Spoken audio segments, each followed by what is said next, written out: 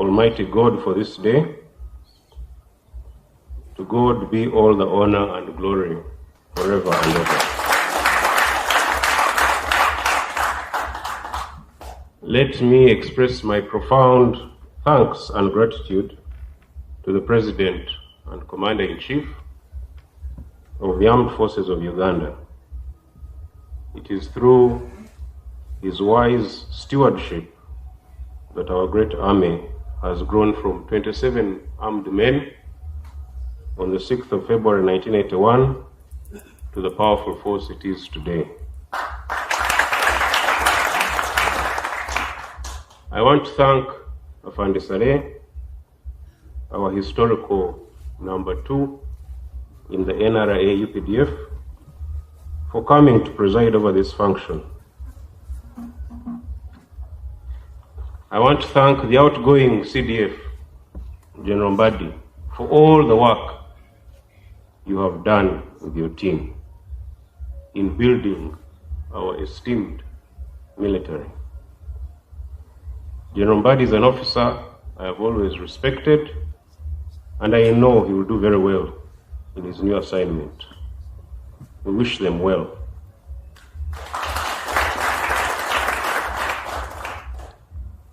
UPDF continues to be the principal pillar of the Ugandan state.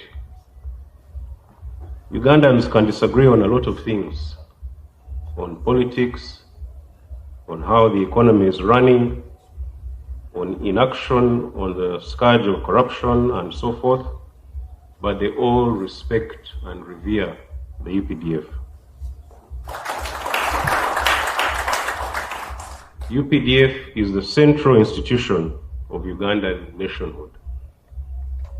This is because entry into its ranks is open to all Ugandans, regardless of origins and circumstances.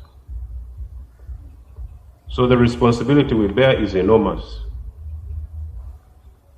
and extends beyond the traditional security roles. I think most people in this room have heard of the term shaping operations through your military training. I think you've come across that term. Shaping operations are operations that create and preserve the conditions of success for the decisive operation. Shaping operations come before the decisive operation, and they create the conditions for success for the decisive operation. All the non-military roles that we do are shaping operations for military operations, for what they call kinetic operations. So we must continue our role in ensuring the non-military aspects of security: political security, economic security, food security, informational security, cyber security, and environmental security. In other words, one of the implied tasks of the UPDF is a comprehensive national security. This is the only way we can preserve our way of life against the sophisticated threats we face today. Those who would wish to destabilize Uganda are aware of shaping operations, so they also use it to counter us. So we must be aware of that and not give them that opportunity. As the global balance of power increasingly tilts towards a multipolar world, with the rise of powers like China, India, Russia, Brazil, Turkey, and so forth, this presents dangers, but also opportunities. UPDF must maintain its position as the champion of the Africans and the defender of African interests. The only way to do this is to fully embrace and internalize all the new and emerging technologies. We have done it before in the past. A good example is in Armored Brigade and artillery. But we're still facing some challenges like in Air Force. Air Force, we have not yet really managed to stand alone in our Air Force. As Mzee always says, we must resist the spirit of arrivism. Arrivism means thinking that we have done it all and therefore have nothing more to aspire to. This is what destroyed other revolutionary armies and movements in other parts of Africa. From military history, we know that those who lost wars were always preparing to refight yesterday's wars. They were not focused on today's and tomorrow's revolutions in military affairs.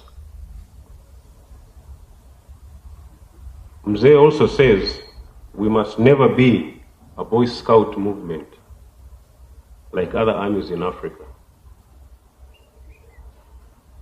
He is absolutely right. Our job always has to be to close with and destroy the enemy rapidly and very aggressively.